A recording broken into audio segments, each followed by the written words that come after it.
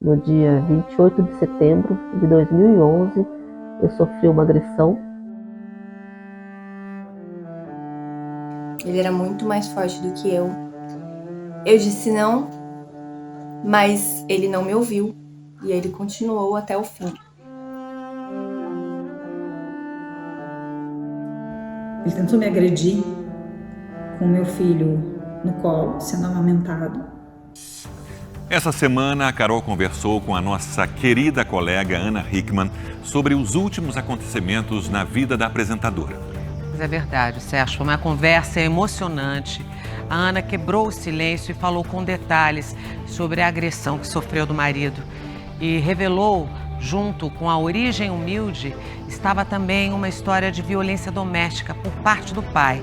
Um relato muito forte e um desabafo corajoso.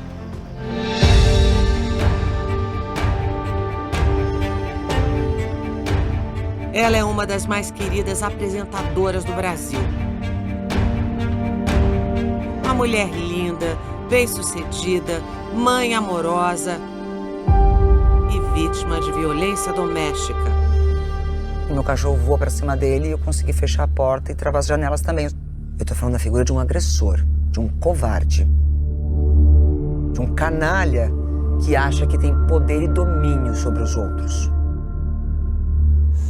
Ana Hickman fala pela primeira vez sobre as agressões que sofreu do marido dentro de casa. Fiquei com medo dele, com muito medo. Eu comecei a me deparar com grandes mentiras. Minha vida desmoronou. Ela abre o coração e revela com exclusividade um histórico familiar muito difícil desde a infância. Essa marca que eu tenho na minha mão foi meu pai que me deu.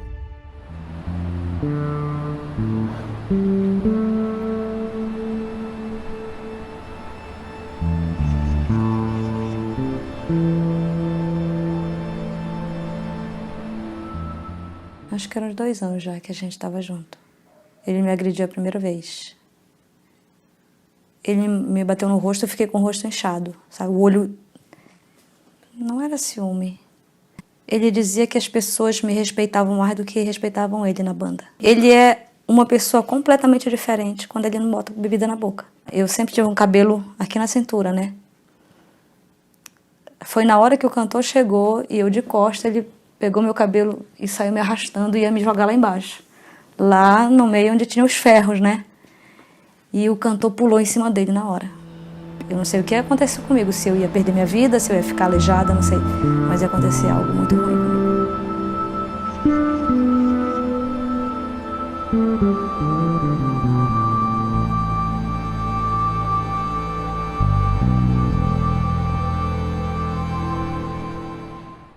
Onde você encontrou coragem para expor essa situação que muitas mulheres não conseguem expor?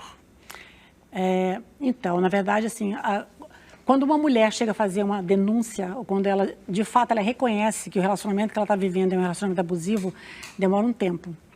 Quando eu fiz a denúncia em 2016, eu já vinha sofrendo abuso há um tempo. Mas a gente está tão envolvido no relacionamento, envolve uma série de fatores que você acredita que aquilo foi um momento que você provocou, que foi um momento ruim e que isso vai melhorar. Só que eu comecei a revisitar a minha própria história e ver que, de fato, eu não estava sendo bem tratada, eu estava sendo violada, eu estava sendo explorada e estava sendo agredida. E eu sou uma mulher madura, uma mulher independente, uma mulher que conquistou o nome com seu próprio caráter, com sua própria força, com sua própria história, entendeu? E eu não tinha um porquê suportar de um homem esse tipo de tratamento.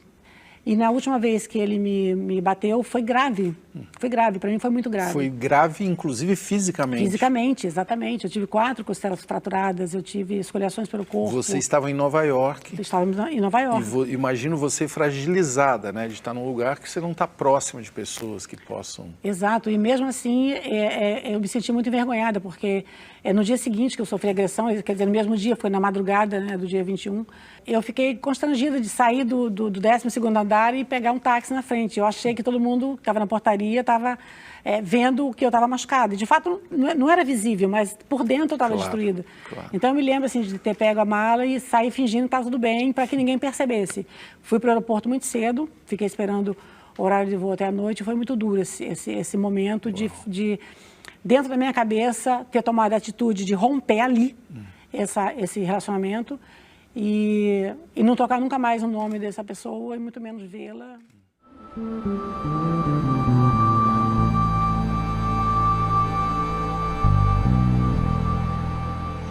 No dia 28 de setembro de 2011, eu sofri uma agressão física. Meu primo martelou meu rosto, ele me cegou, ele tirou meu olfato, todos os meus outros sentidos também foram afetados por uma agressão pelo meu primo. Foi um dia normal, eu tinha que visitar uma amiga minha que tinha acabado de ganhar neném, então eu combinei com ela e falei que ia lá. Mas assim, eu não estava com vontade de ir, entendeu? Eu não sei por quê. Mas como eu tinha dado a minha palavra, eu falei assim, eu vou. Tomei banho, enrolei a toalha no cabelo e saí. Eu tinha 2 tias, uma estava trabalhando e a outra estava em casa, que é mais senhorinha, tinha 79 anos na época. Eu morava lá.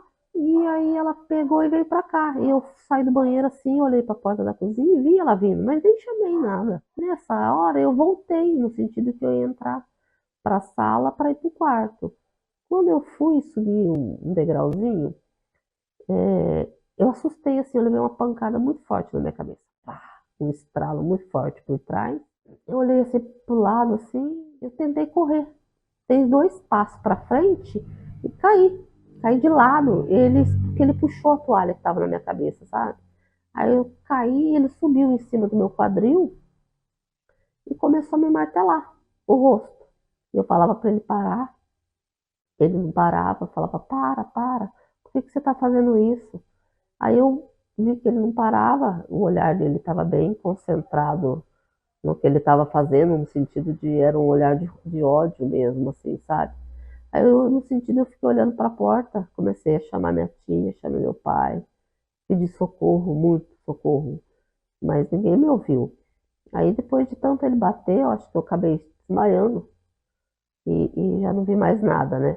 Um período que ele estava me batendo, eu até tentei segurar ele uma hora, mas eu estava com o corpo muito virado para o lado. Mas ele só afastou para trás, ele fazia musculação, ele era bem forte. A gente tenta, mas a violência, por mais que o homem, não só porque ele era forte, mas até mesmo um magrinho, um homem fraco, o homem em si, ele é mais forte que a mulher em qualquer situação, né? E não tinha. Olha, é tão rápido, que a única coisa que a gente quer é que chegue alguém que salve a gente, só isso. A gente quer só que alguém defenda a gente, que alguém apareça, sabe? Para tentar salvar. Ele me arrastou até um outro quarto que estava sentido ao meu quarto.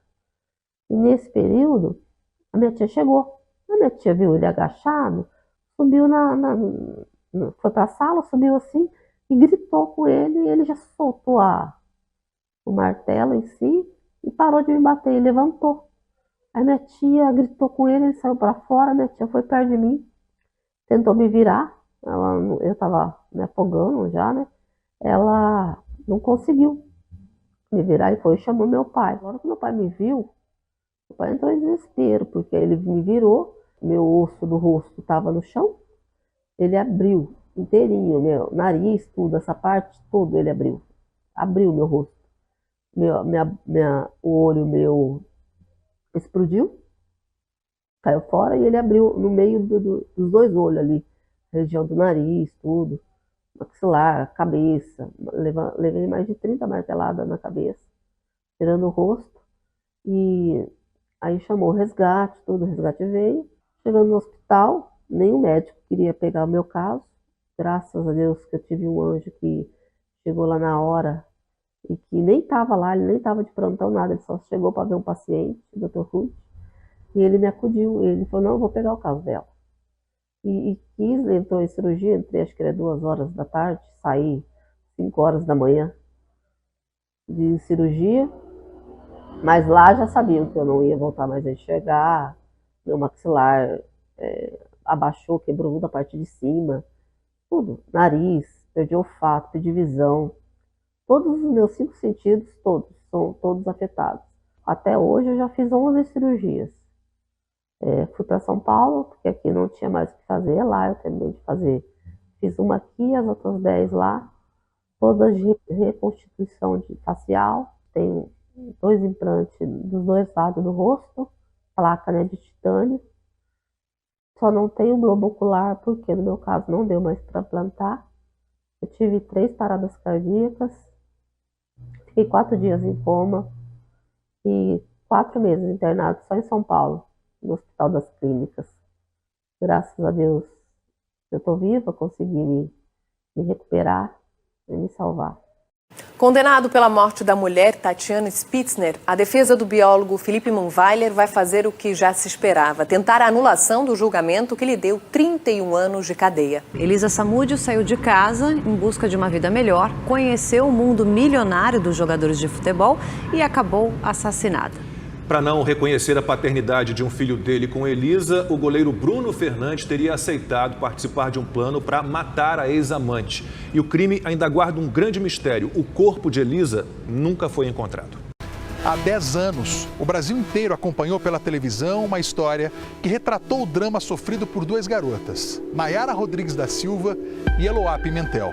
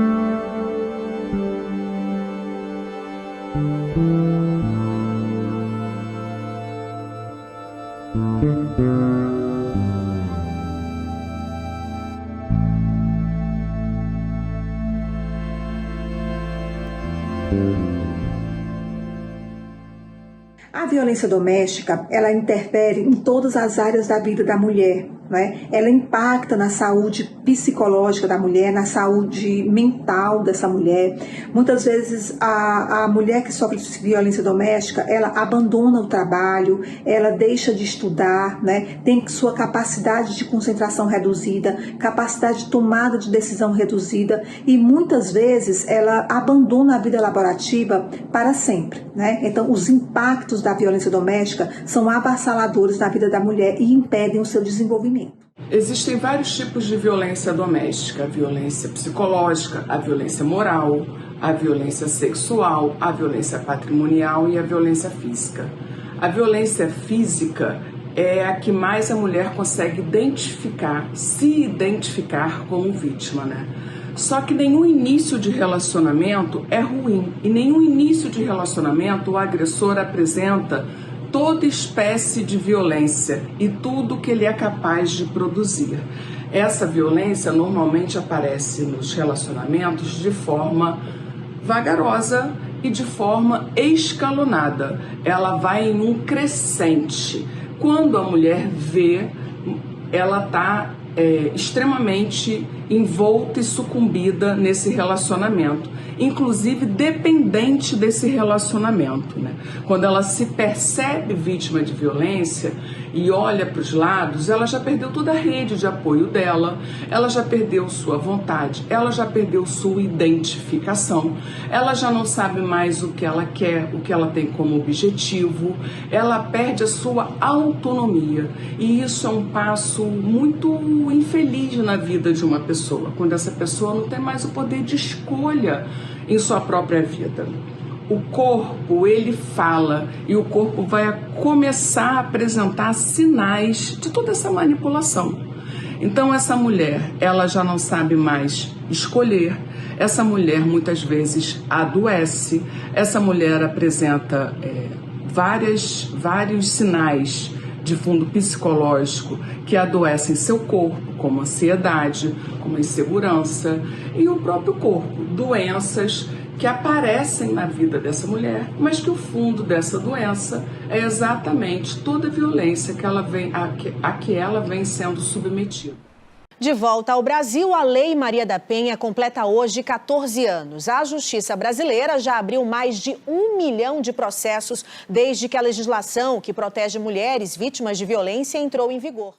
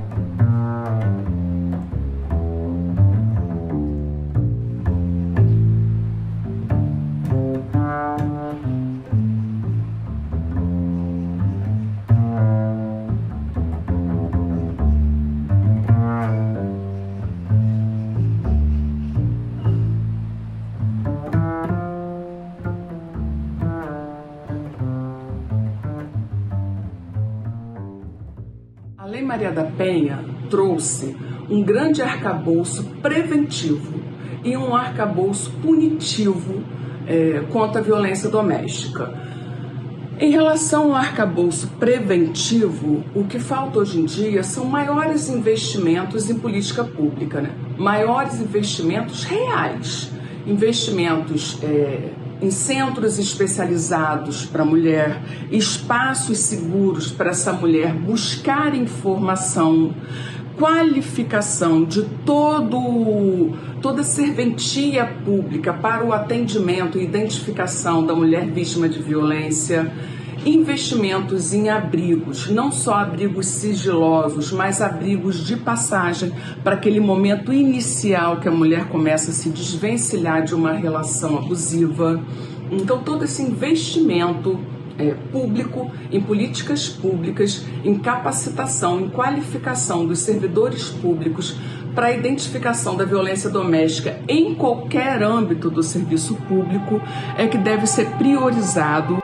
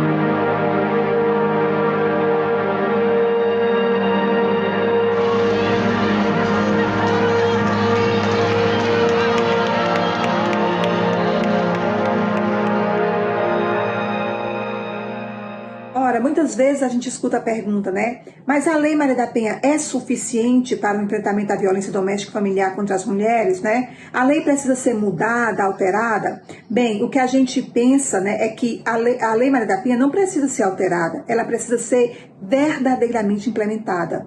O que é necessário para que a mulher consiga romper o ciclo da violência? É necessário que sejam implementadas as políticas públicas que atendem à Lei Maria da Penha, né? Os equipamentos, como a Delegacia da Mulher, o Centro de Referência da Mulher, o Juizado de Violência Doméstica, a Casa-Abrigo, o Núcleo de Gênero do Ministério Público, da Defensoria Pública. A gente sabe que nem todos os municípios comportam todos os equipamentos, né? Mas é importante que todo município, por menor que seja, tenha um Centro de Referência da Mulher dentro de uma unidade de saúde. né? Lá a mulher pode ir, por exemplo, para uma consultar o filho, pegar um remédio, fazer um exame, e ela pode ser direcionada ao centro de referência com uma psicóloga, assistente social e advogada, que vai ajudar essa mulher a traçar com ela uma estratégia para ela conseguir denunciar e ressignificar a sua vida, né? O importante é que mesmo os municípios pequenos tenham um centro de referência dentro de uma unidade de saúde, com um carro à disposição, e que seja feito consórcios, né, com os macro municípios da região,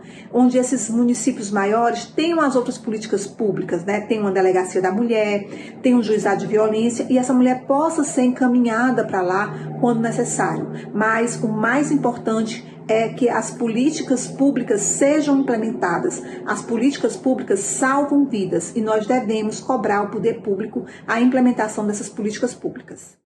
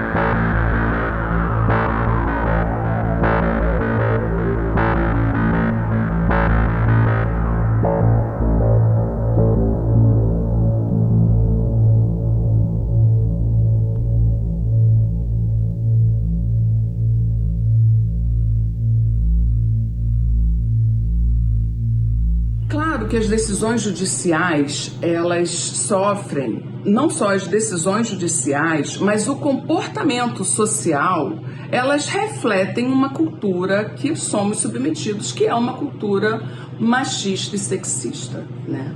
É difícil se reinventar, se reposicionar dentro de um universo em que tudo foi feito para o homem. Tudo foi feito, pensado por homens, né? A gente deve, principalmente, investir em educação e direito, em apresentar novas perspectivas de pensamento, para que alguma coisa possa mudar. As decisões judiciais, ao seu turno, refletem isso também, né? E o pior é que esse recorte, ele não só é machista, como ele é classista também. O distanciamento do judiciário com a realidade da grande massa da população brasileira faz com que, às vezes, o judiciário não perceba a necessidade daquela pessoa. Muitas vezes, você, em uma audiência, ouve um juiz dizer que é só mudar de casa, é só recomeçar, é só mudar de emprego, é só mudar a criança de uma escola, mas ele está distante de uma realidade em que o problema habitacional é um problema muito grande, né?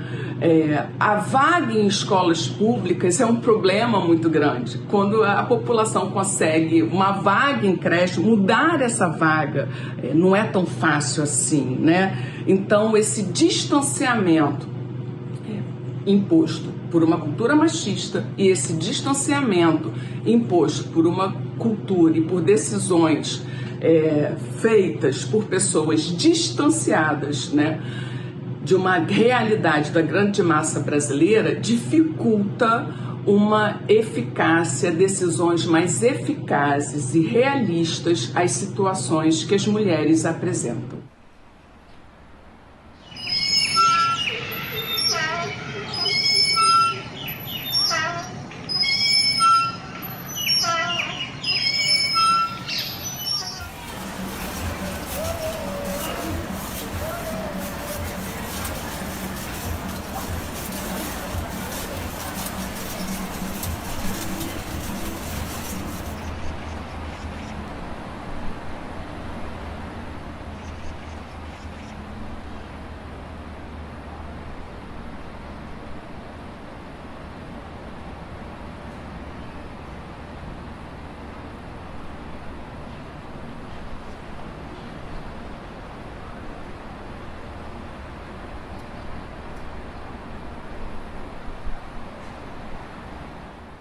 A Lei Maria da Penha prevê as medidas protetivas de urgência, que são determinações do juiz com o objetivo de fazer cessar a violência. Tem que ser expedida em até 48 horas e podem ser reapreciadas a qualquer momento. Por exemplo, afastar o agressor da ofendida por 200 metros, né? Ele não poder se aproximar dela por 200 metros, por 300 metros. Tirar o porte de arma do agressor se por acaso ele tiver arma, porque é muitas vezes com essa arma que ele ameaça, não é? Não permitir que o agressor mande mensagens, né, faça contatos, mesmo que virtuais, com ameaça para a vítima ou para familiares, né, ou testemunhas. Então, tudo isso são determinações da justiça com o objetivo de fazer cessar a violência. Por isso, é importante a mulher denunciar para que ela possa receber as medidas protetivas. As medidas protetivas salvam vidas, porque muitas vezes os casos de violência doméstica, infelizmente, podem terminar com feminicídio. Então, quanto antes, né, for afastado o agressor da mulher em situação de violência, mais cedo essa mulher vai conseguir superar e ressignificar a sua vida.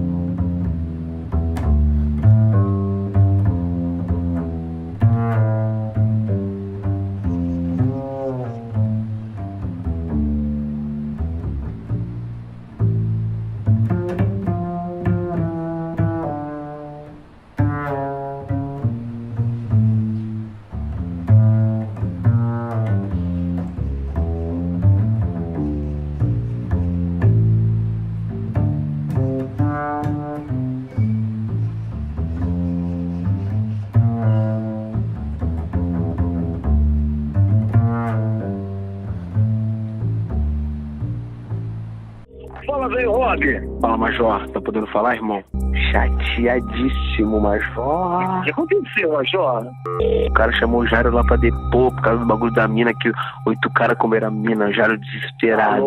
Por isso que eu tô rindo, eu não tô nem aí. A mina tava extremamente embriagada, não sabe nem quem eu sou. Mesmo se eles me chamarem pra alguma coisa, não tem problema nenhum. Vou lá, vou falar. Primeiro, o bagulho faz há 1 ano. Segundo, não tô querendo essa menina. Fala que falou, neguinho, vou ser sincero, alguém gozou dentro, a menina tá grávida. Eu tô com medo de, se não sair na imprensa, tá ótimo, tá ligado? Amigos de Robinho pega a mina força na Itália. Ó que fase. Quem tocou nela tá lá no Brasil, vai atrás do pessoal que tá lá no Brasil. Lá no Brasil. Pau no cu deles que comeram a mina. Se foda, você não comeu, eu não comi, pau no cu dos caras. Que eu transei, a possibilidade é zero. Isso aí não vai dar em porra nenhuma. Fala a verdade e entrega na mão de Deus.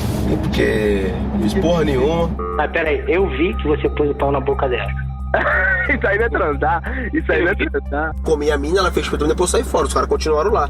A câmera não filmou eu comendo a mina, mas a mina chupou meu pau nem o teu. Porque senão eu fudi todo mundo. Que a mina chupou o teu, chupou o meu. Na moral, mano, isso aqui, ó.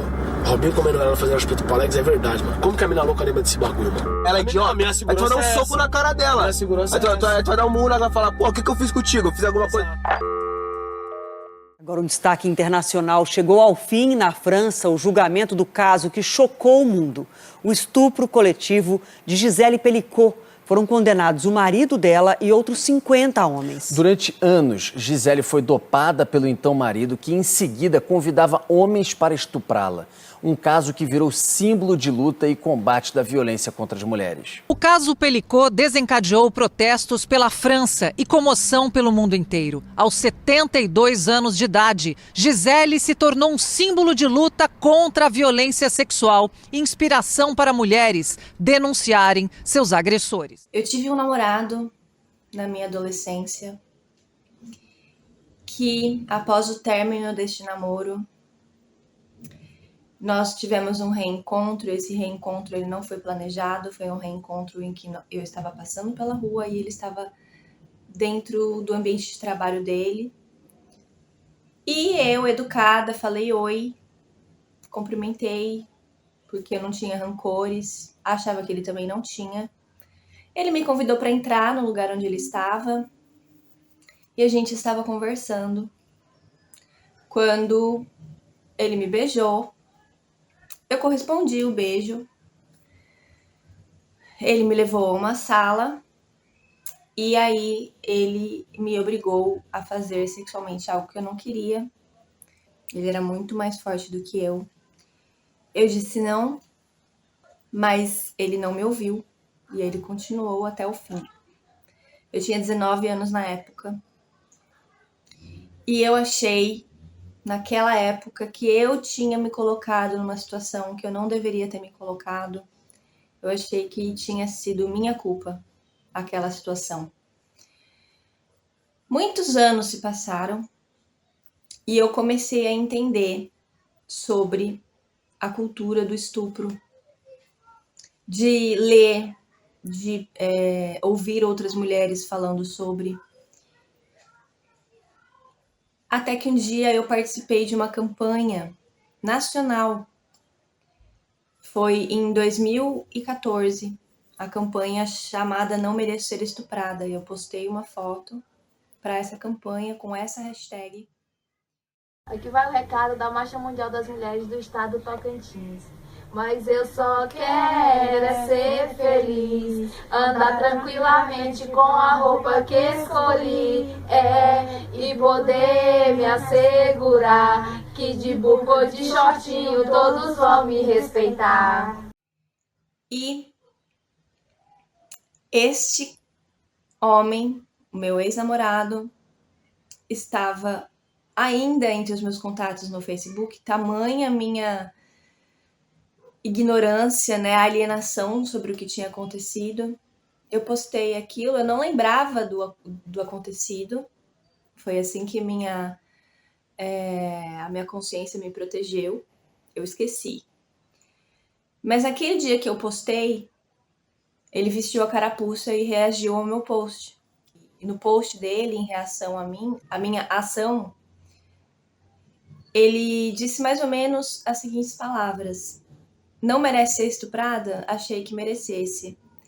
Mas a vida é injusta. Se você deixar um carro aberto na rua, você está dando ocasião para o ladrão roubar. E vai lutando assim que amanhã você pode estar morta e ninguém vai dar falta de você. Ele postou isso. E aí, a minha memória voltou pro corpo. Naquele instante, eu tremia, eu chorava, eu entrei em desespero e eu senti toda a raiva, né? Depois foram 9 anos sem nomear aquilo que tinha acontecido comigo.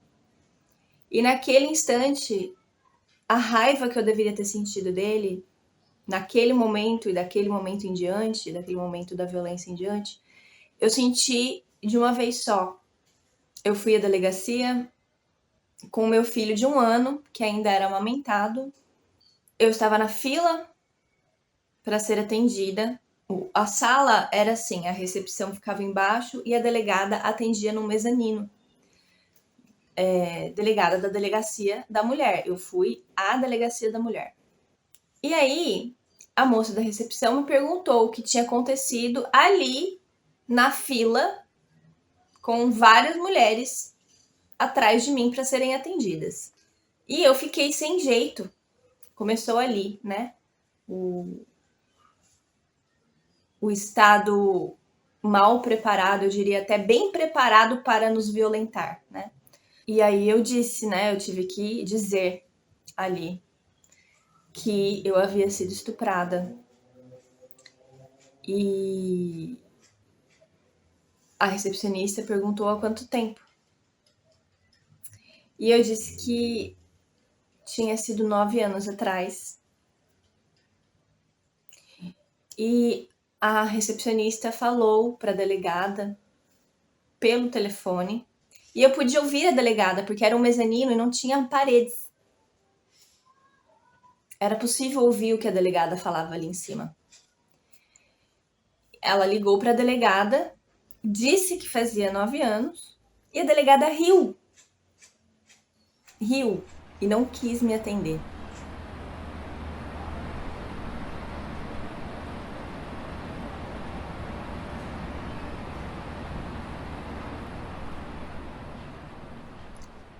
Eu fiquei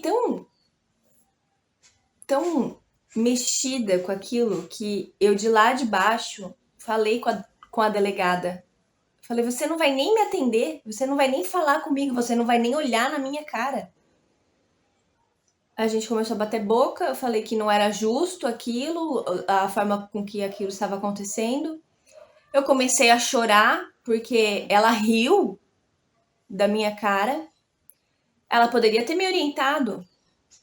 Afinal, se fazia 9 anos e eu não podia denunciar, não custava nada a ela me explicar, me orientar, dizer que não podia fazer nada, que aquela questão era uma questão do poder legislativo, que ela tinha que cumprir a lei, que ela não podia registrar um boletim de ocorrência se fizesse mais do que 6 meses na época do crime, porque o crime de estupro naquela época prescrevia em 6 meses.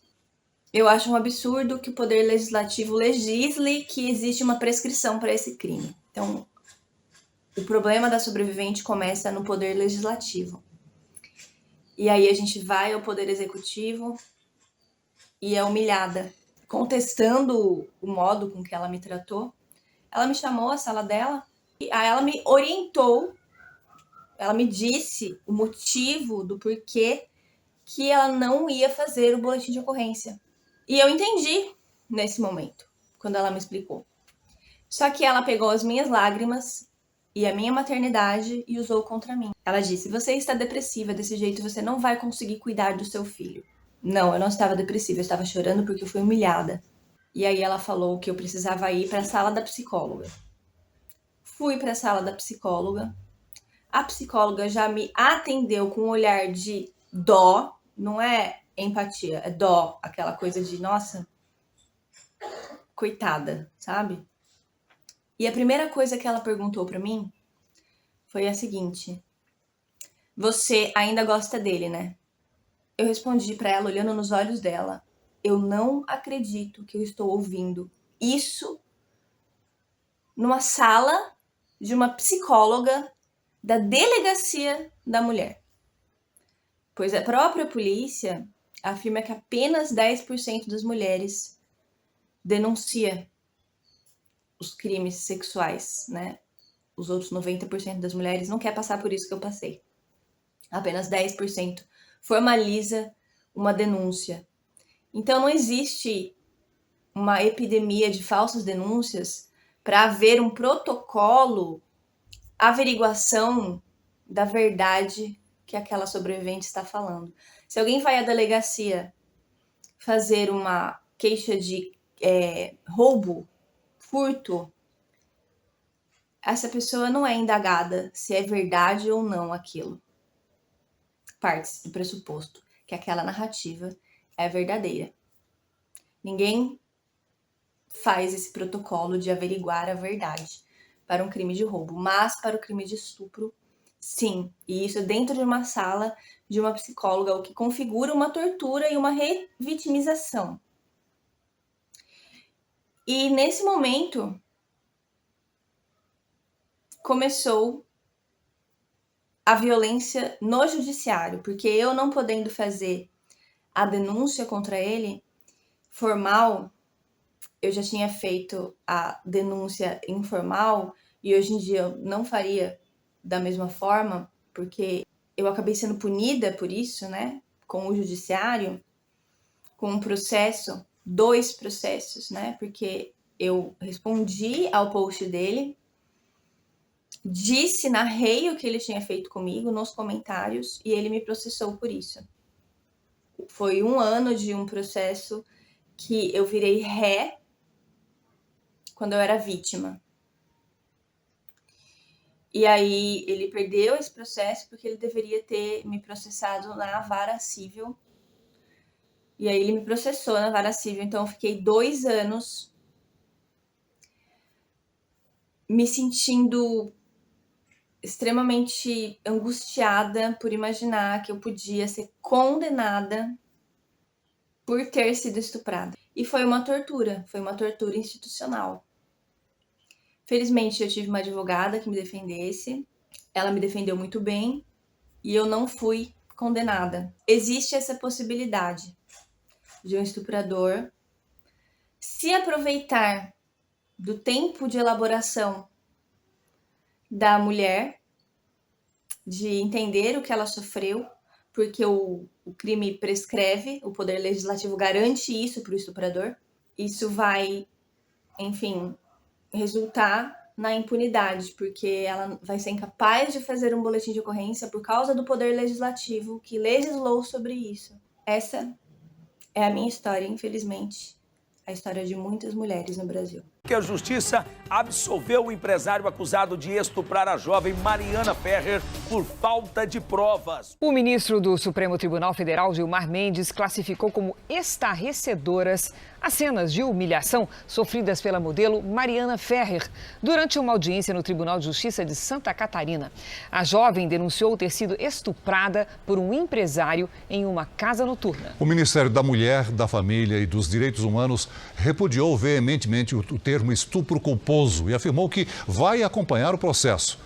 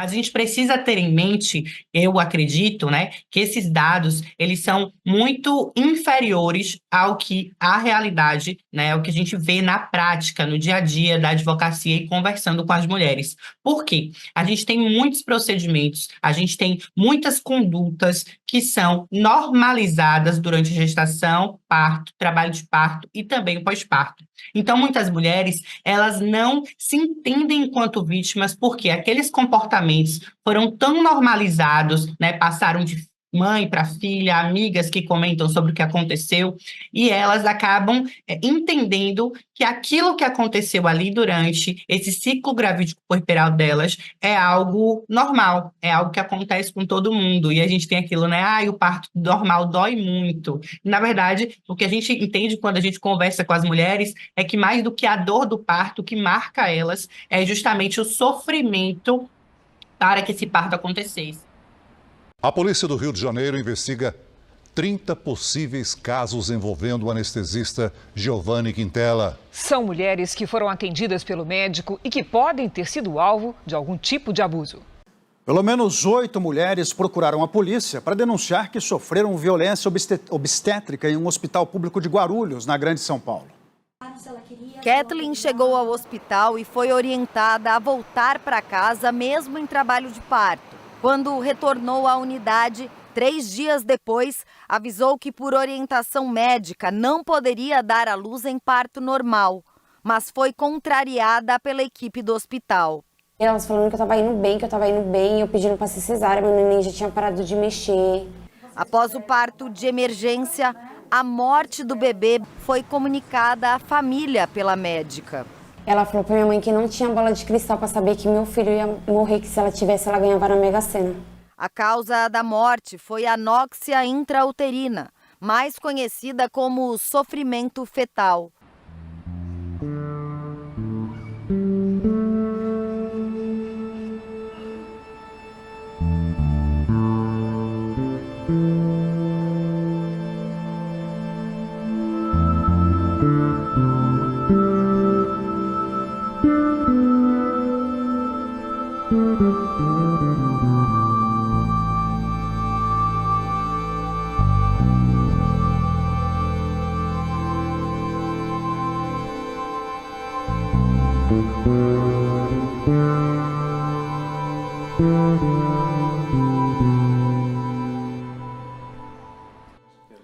No primeiro parto, Thailise diz ter sofrido violência obstétrica.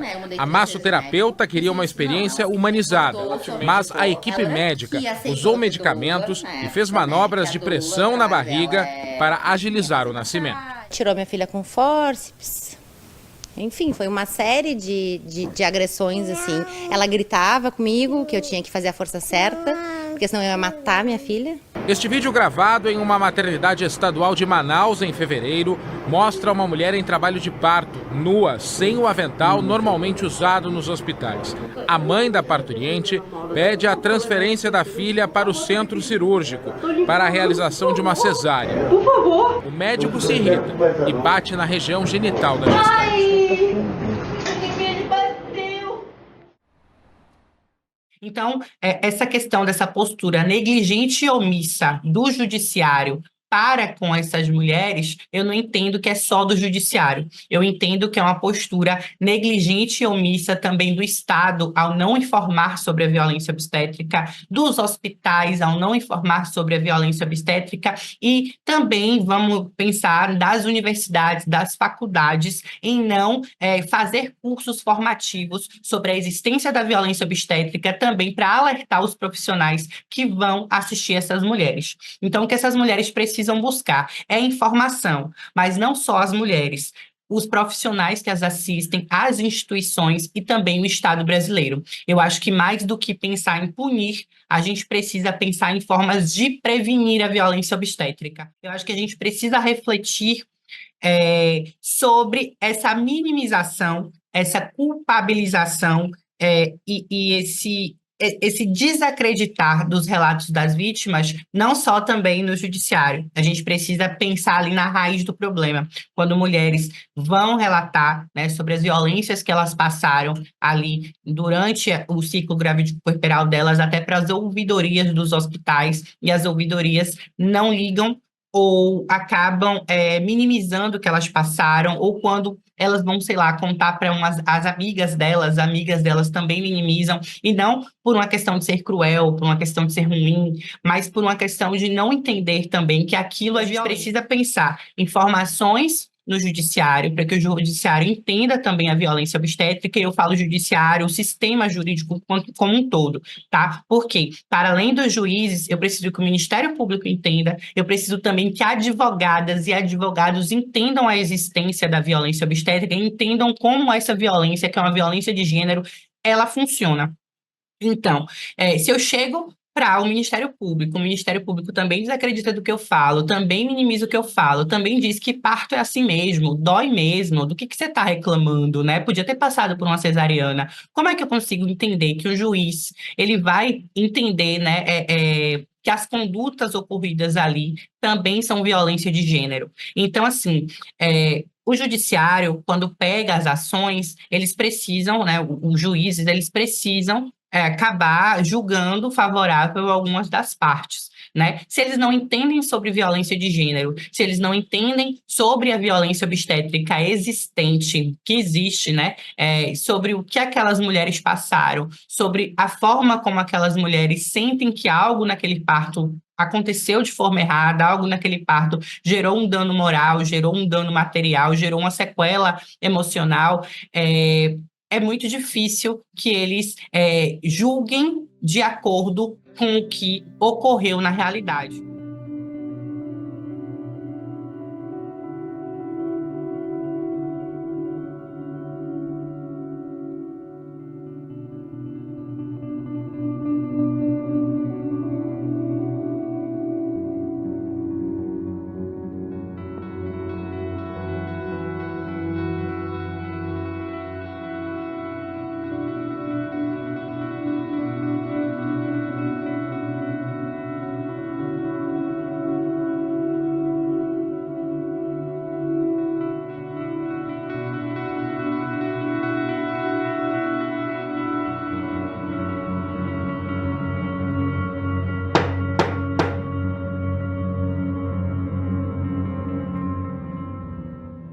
Eu não tenho dúvidas de que a raiz da violência obstétrica está, sim, né, nessa desvalorização desse corpo feminino e também nas violências contra as mulheres como um todo. Não é só na violência obstétrica que a gente tem mulheres que são desacreditadas, mulheres que têm seus sofrimentos minimizados, e muitas vezes, quando a gente vê sobre a ótica da maternidade, muitas vezes nessa visão de que pelos filhos vale a pena qualquer sofrimento. Então, nós mesmas, né, enquanto mulheres, acabamos nos colocando nessa posição de que a gente tem que sofrer, a gente tem que aguentar tudo que vier por conta dos nossos filhos nascerem saudáveis ou estarem bem, que a gente sabe que é bem entre aspas mesmo, tendo em vista que uma mãe que não está bem emocionalmente, psicologicamente, não consegue, né, cuidar da forma devida de uma criança, seja recém-nascida, seja já maiorzinha, seja adolescente. Então, a gente precisa entender isso. Enquanto a gente também precisa pensar na questão do racismo obstétrico, que tem raízes mesmo na crueldade com pessoas negras, na desumanização dessas mulheres negras. Então, mulheres negras são as que acabam passando pelo processo de parto sem nenhum tipo de auxílio, sem nenhum tipo de anestesia, sem nenhum outro tipo de alívio farmacológico de dor. Então, a cesariana é a última consequência, a última situação pensada para mulheres negras, porque elas aguentam dor. E a gente traz aqueles estereótipos racistas da mulher que tudo suporta, a gente traz muitas raízes escravagistas também, a gente precisa sempre observar isso, porque a gente precisa diferenciar a violência obstétrica do racismo obstétrico, que age de formas diferentes, mas sempre trazendo a questão da desvalorização, sim, do corpo feminino, e de todas as violências contra a mulher, principalmente quando a gente fala sobre o relato das vítimas que são desacreditadas, né? Se o juiz indefere o pedido de aborto, não pode fazer o aborto. Se fizer crime, a mulher pode ser presa, o médico que está fazendo aborto pode ser preso, todas as pessoas envolvidas com aborto podem ir para a cadeia, porque é crime no Brasil a prática ilegal do aborto. Então, decisão da justiça tem que ser cumprida. É claro que nós temos o aborto legal previsto na nossa legislação. Então, quando o juiz toma uma decisão, essa deverá ser rigorosamente observada pelas partes. O STJ, Superior Tribunal de Justiça, fixou o entendimento de que médicos não podem acionar a polícia para investigar pacientes que procuram atendimento e relatam ter feito um aborto fora da previsão legal. Com essa definição, o STJ encerrou uma investigação aberta contra uma mulher que tomou medicamento abortivo e que, após fazer o atendimento, o médico chamou a polícia. Foi testemunha no processo e ainda enviou o prontuário da paciente como prova para as investigações. Os ministros entenderam que, nesse tipo de caso, prevalece o sigilo profissional e encerraram a investigação por considerar que as provas eram ilegais.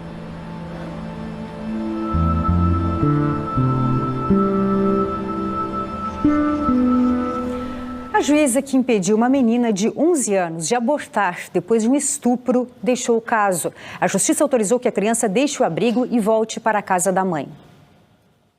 O caso foi revelado pelo Intercept Brasil no início do mês passado. A menina, que estava com 10 anos, e a mãe dela procuraram um hospital da Universidade Federal de Santa Catarina para fazer o aborto legal. A criança tinha sido estuprada. O procedimento foi negado pela equipe médica, que só realiza o aborto até as 20 primeiras semanas de gestação. A menina estava com 22 semanas. A mãe tentou, então, uma autorização judicial. A menina foi mandada para um abrigo por ordem da Justiça. O Intercept divulgou trechos de audiências com a juíza Joana Ribeiro Zimmer, primeira vara civil da comarca de Tijucas. Tanto a juíza quanto a promotora Mirela Dutra Alberton insistem em convencer a mãe e a criança a manter a gravidez para que o bebê seja adotado. E a gente tem 30 mil casais que querem o bebê, que aceitam. Então essa tristeza de hoje para a senhora e para sua filha é a felicidade para o casal. A gente pode transformar essa tragédia. A juíza ainda chama o estuprador de pai do bebê. Você acha que o pai do bebê concordaria com a entrega para adoção? Não sabe. A mãe pede para que a criança volte para casa. Doutor, independente do que a senhora decidir, porque eu sei que é a senhora que vai decidir, eu só queria fazer um último pedido. Deixa minha filha dentro de casa comigo. Vocês fazem esse monte de perguntas, mas eu não quero responder. Hoje, a juíza Joana Ribeiro Zimmer anunciou que foi transferida para a comarca de Brusque em uma promoção decidida antes da repercussão. O caso será assumido por um substituto. Ela disse que não vai se manifestar sobre os trechos da audiência que teriam sido vazados de forma criminosa e que o processo corre em segredo. O Conselho Nacional de Justiça abriu uma apuração de infração disciplinar para verificar a conduta da magistrada. Em nota, a Ordem dos Advogados do Brasil de Santa Catarina afirmou que vai acompanhar o processo e garantir proteção integral à vida da menina gestante, com embasamento em laudos médicos e nas garantias legais previstas para a vítima nesta situação, e que a lei brasileira autoriza o aborto em caso de violência sexual e risco de vida para a gestante. Hoje, a Justiça autorizou a volta da menina para a casa da mãe. A defesa da família não informou os passos em relação ao procedimento de aborto. A Corregedoria Geral do Ministério Público de Santa Catarina instaurou procedimento para apurar se houve falta funcional da promotora Mirela Dutra Alberton. O Ministério Público diz que, para resguardar a saúde da menina, a 2ª Promotoria de Tijucas ajuizou a ação para autorização do aborto legal. O MP afirma que manter a menina no abrigo teve o objetivo de protegê-la de possíveis novos abusos durante a investigação que apura se o estupro foi ou não em ambiente familiar.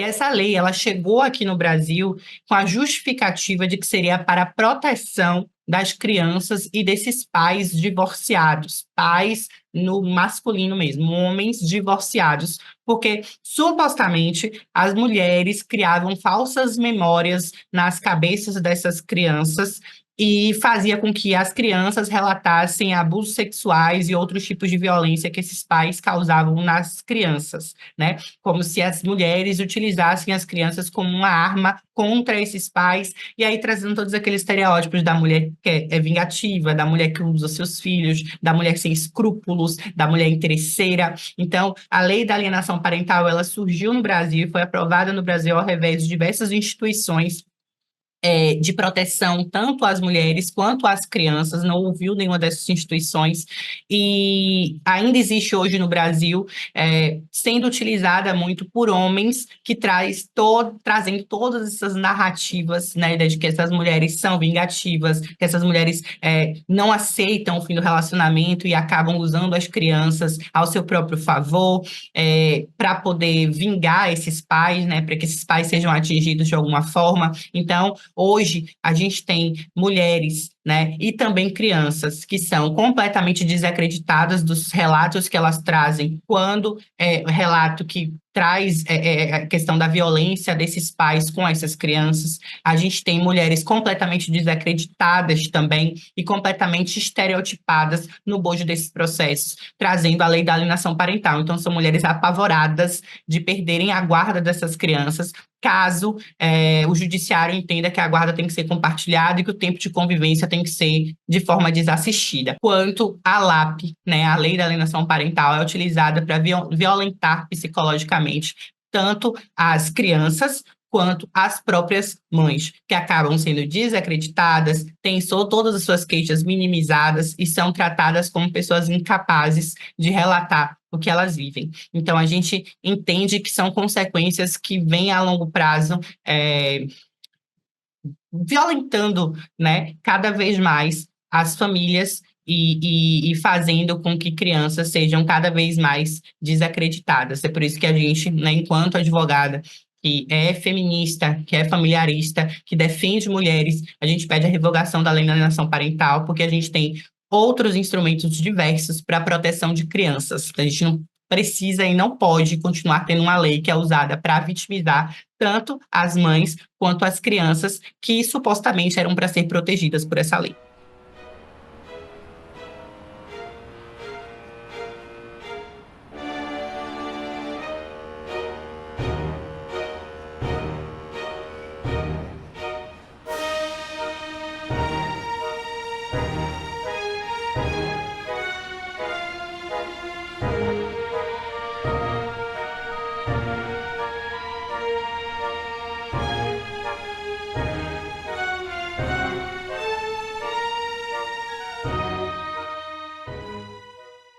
O ex-marido de Ana Hickman está processando a apresentadora por alienação parental. As brigas viraram páginas em boletins de ocorrência. Por isso, e para preservar os 2 filhos que teve com o ex-companheiro, esta mulher prefere não mostrar o rosto. Terminada a relação, os problemas continuaram. Eu tenho medida protetiva, então ele não ligava para falar: oi filho, tudo bem, como você tá, como foi seu dia? Ele ligava e perguntava: onde sua mãe está? Chegou a várias situações, sempre de ameaça e tudo mais. Panfletagem em locais que a família frequenta. Conta falsa em rede social para postagens caluniosas.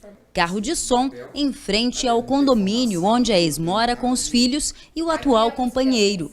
Isso é alienação parental. Ela não está deixando as crianças verem o pai. Estas foram algumas das ações do ex-marido. Tudo para intimidar e deixar a mulher com medo e vergonha. Os deputados aprovaram nesta quinta projeto que garante prioridade na tramitação de processos de alienação parental, quando um dos genitores ou parente atua sobre a criança ou adolescente para repudiar o outro genitor. A gente fala agora mais uma vez sobre o caso Ana Hickman. O Ministério Público negou o pedido de busca e apreensão do filho de Alexandre Correia e Ana Hickman, movido pela defesa do empresário em um processo de alienação parental. A repórter Letícia Miyamoto está ao vivo com a gente, ao vivo mais uma vez aqui no Jornal Jovem Pan. Qual foi a posição do Ministério Público nesse caso, Letícia? Oi, Brau. O Ministério Público considerou que o pedido de busca e apreensão do filho do ex-casal é uma medida precipitada. Quando a gente mudou para esse apartamento, os pais do meu então marido, eles passaram a exigir chave do apartamento, eles queriam estar presentes o tempo todo, né, nos deixando pouco espaço para essa vivência de casal, para nossa casa nova, para nossa vida nova, porque nós acabamos mudando uma semana antes do meu filho nascer.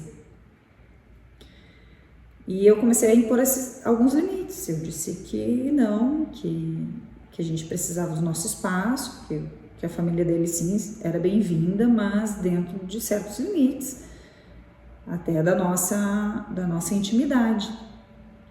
E ali começaram as discussões, né, de que eu não estava aceitando a família dele, de que eu não entendia o quanto ele devia aos pais e que por isso os pais mereciam sim ter cópias das chaves do apartamento.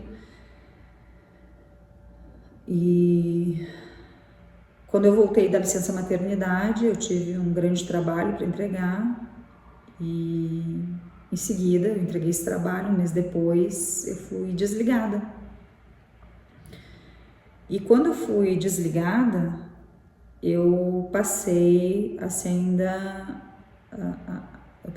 começar a ouvir coisas do meu então marido que eu nunca tinha escutado dele. Ofensas, muitas ofensas. Sempre de cunho depreciativo, né, ofensivo, com relação à minha capacidade intelectual, a minha capacidade profissional, de que eu estava escolhendo e que eu conseguisse um trabalho logo, porque ele não tinha que me bancar. O nosso filho estava com 6 meses. Eu peguei uma parte da minha rescisão, paguei por uma prova de uma certificação internacional de especialização dentro da minha área, uma prova bastante cara, e eu estava estudando para essa prova e olhando o mercado de trabalho dentro da minha área, mas ele exigia que eu fosse fazer qualquer coisa, porque eu estava vivendo às custas dele. Fazia 3 meses que eu estava desempregada. E essas brigas nossas dentro de casa, elas passaram a ficarem mais calorosas. E naquele ano, 2021, já, no dia do meu aniversário, ele gritou, ele me empurrou, ele tentou me agredir com meu filho no colo, sendo amamentado. Quem interviu foi a minha filha, que se colocou na frente dele, que começou a gritar. Ela gritou tão alto que os vizinhos chegaram até o apartamento. Então a gente teve a presença de pelo menos 3 casais, 6 pessoas entraram no apartamento. Conduziram o meu ex-marido para fora e ele saiu, ele ficou uma semana na casa dos pais dele e voltou dizendo que precisava se separar, que não podia mais porque eu não aceitava a família dele e que a mãe dele tinha orientado ele que ele tinha que se separar. E eu numa situação com um bebê de 8 meses, desempregada, e lembrando de tudo que aconteceu com a minha maternidade, com a minha filha, e todos os meus sonhos que eu tinha, de família, eu pedi para ele, não vamos nos separar, não me abandona.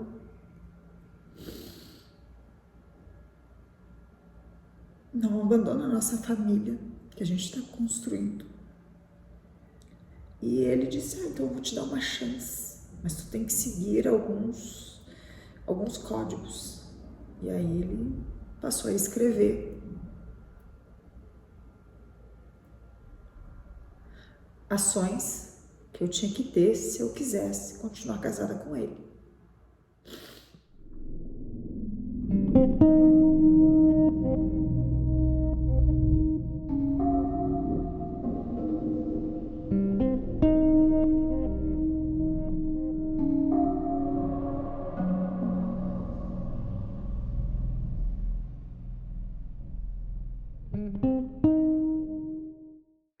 O pai do meu filho simplesmente nunca fez uma ligação, desde o dia que ele foi embora até hoje, ele nunca fez uma ligação.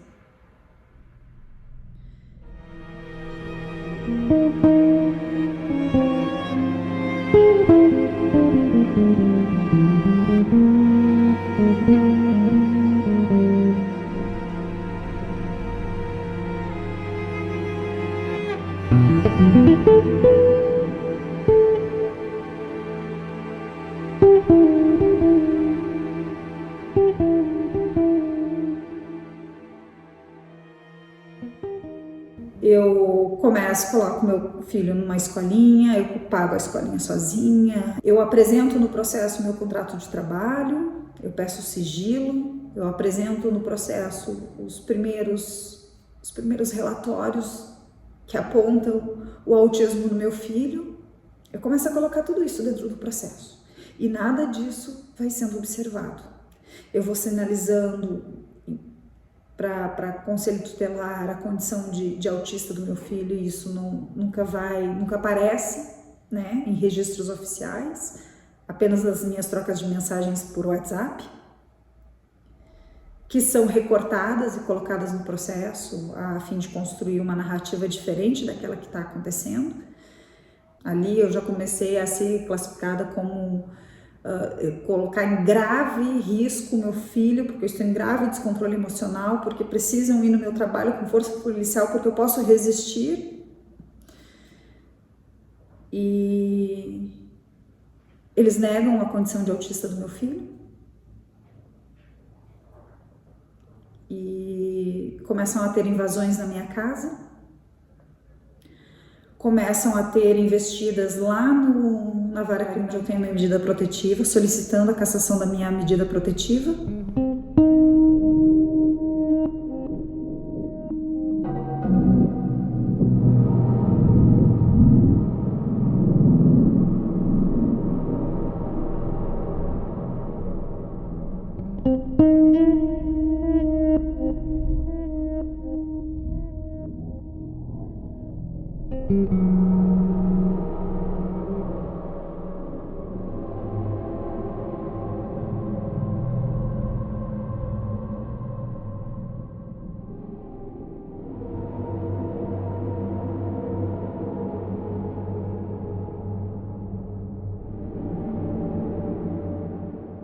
As leis de combate e de enfrentamento à violência contra as mulheres existentes aqui no Brasil, elas dependem, né, em sua grande parte, ainda do aparelhamento da rede de proteção e do próprio Poder Judiciário e do sistema de justiça para que, de fato, sejam efetivas, então, essas leis, né? Então, porque de nada adianta, por exemplo, que essa lei preveja, que a lei existente de enfrentamento à violência, a Lei Maria da Penha, preveja a punição para aquele homem que praticar a violência contra a mulher, e se ao final esse homem tiver que cumprir, por exemplo, uma pena exclusivamente privativa de liberdade e o sistema não contar com um processo que possibilite a reeducação desse autor de violência, através dos grupos reflexivos de gênero, por exemplo, nós não teremos, né, uma efetividade da legislação protetiva. Então, eu acho que é necessário e imprescindível que, para além da existência de leis, se pense, né, de que forma, o que nós ainda precisamos avançar para que essas leis existentes elas possam, né, dar conta do objetivo pretendido, né? A Lei Maria da Penha, por exemplo, ela é uma lei de proteção integral, né, da mulher, ela é considerada a terceira melhor lei de enfrentamento à violência contra a mulher no mundo, né, pela ONU. E então o que nós precisamos não é ficar todo dia, né, às vezes fazendo lá puxadinho e uma nova lei para acrescentar algum dispositivo na Lei Maria da Penha. Porque se a gente parar para ler a Lei Maria da Penha, a gente já tem tudo ali.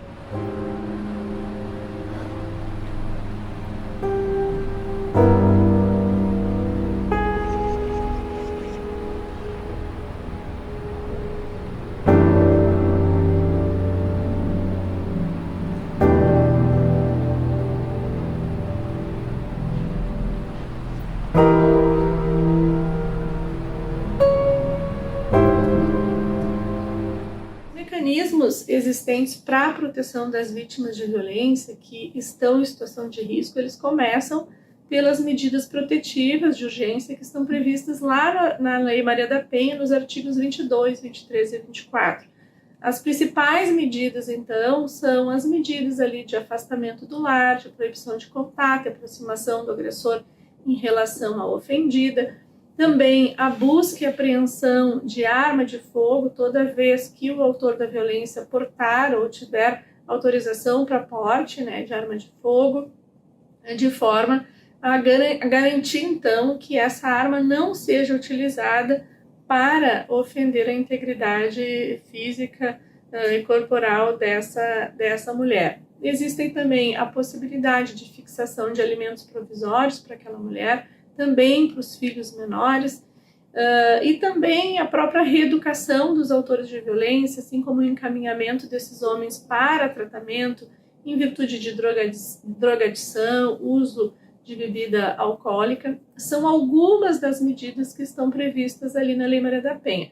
Então, para as diversas situações, conforme o caso, né, conforme a situação concreta, o juiz tem ali à sua disposição aquelas medidas que são apenas exemplificativas, né? Então, a partir especialmente da leitura e da compreensão do Formulário Nacional de Avaliação de Risco, que, de regra, ele deve acompanhar o pedido de medidas protetivas que é remetido pela autoridade policial, é que o juiz e a juíza, então, vão identificar os fatores de risco existentes e, a partir daí, vai fazer o gerenciamento desses riscos, atuando de uma forma integrada com a rede. Então, muitas das medidas protetivas, como o abrigamento, por exemplo, ele necessita, para além de uma decisão judicial, ele precisa que exista, de fato, né, um espaço para o abrigamento e acolhimento dessas mulheres. O auxílio aluguel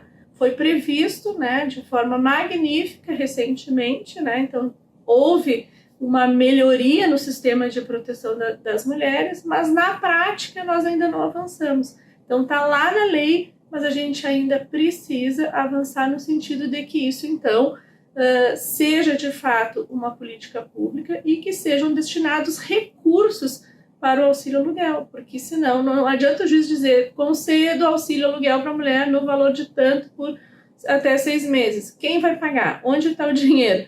Né? Aonde que a mulher vai buscar lá a verba para o auxílio aluguel?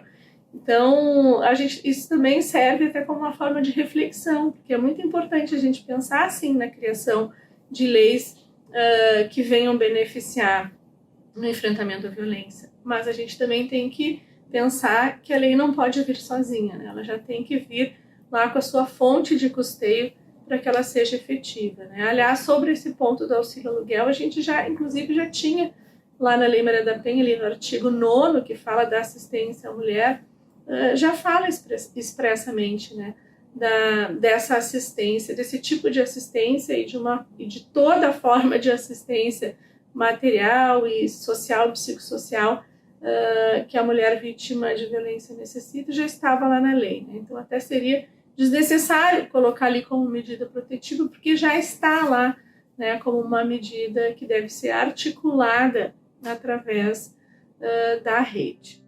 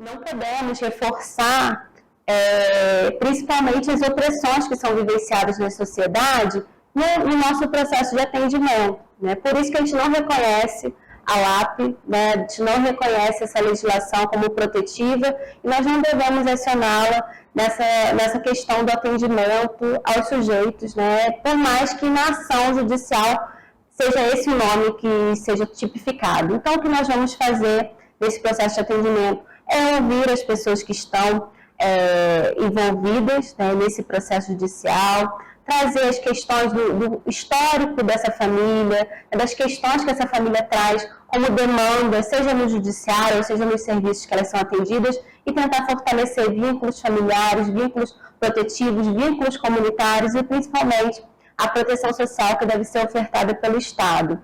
Então, não podemos reforçar esses lugares das mulheres que historicamente, né, já são violentadas pela sociedade e também com as violências institucionais do Estado e colocá-las novamente nesse lugar, né?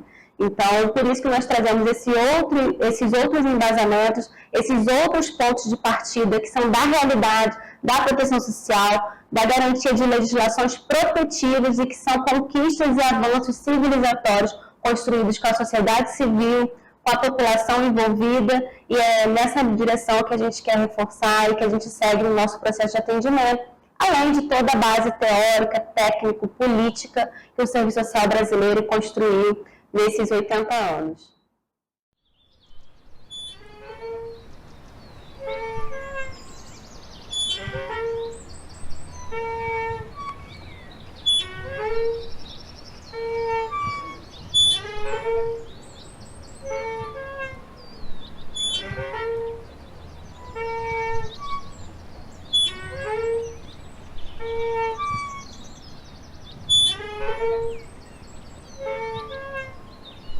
Thank you.